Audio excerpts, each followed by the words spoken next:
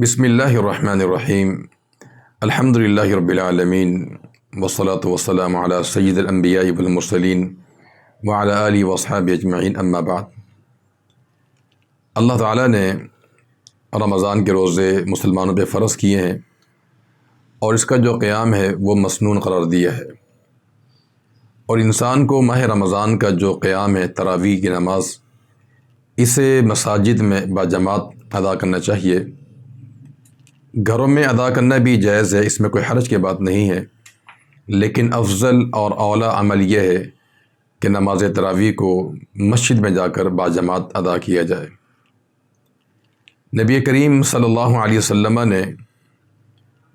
رمضان کے آخری چند دن صحابہ کرام کو قیام کروایا تھا،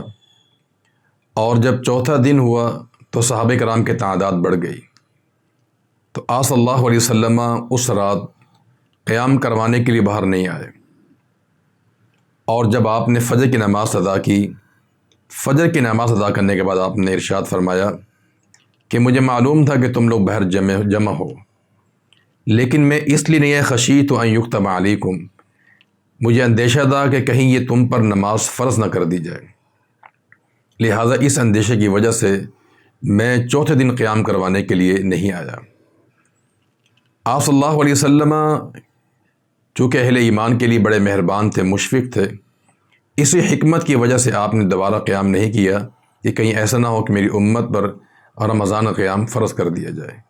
لیکن آپ نے 3 دن قیام فرما کر یہ بات ثابت ہوتی ہے کہ یہ رمضان کا قیام یہ سنت مؤکدہ ہے، اس کا اہتمام ہونا چاہیے۔ پھر معاملہ یوں ہی چلتا رہا، لوگ آپ صلی اللہ علیہ وسلم کے زمانے میں اور بعد کے زمانے کے اندر مختلف ٹولیوں کی شکل میں تراویح کی نماز ادا کیا کرتے تھے، حتیٰ کہ عمر رضی اللہ تعالی عنہ کا جب دور خلافت آیا تو آپ نے اس بات کا تمنا کی، اس بات کا اظہار کیا کہ کاش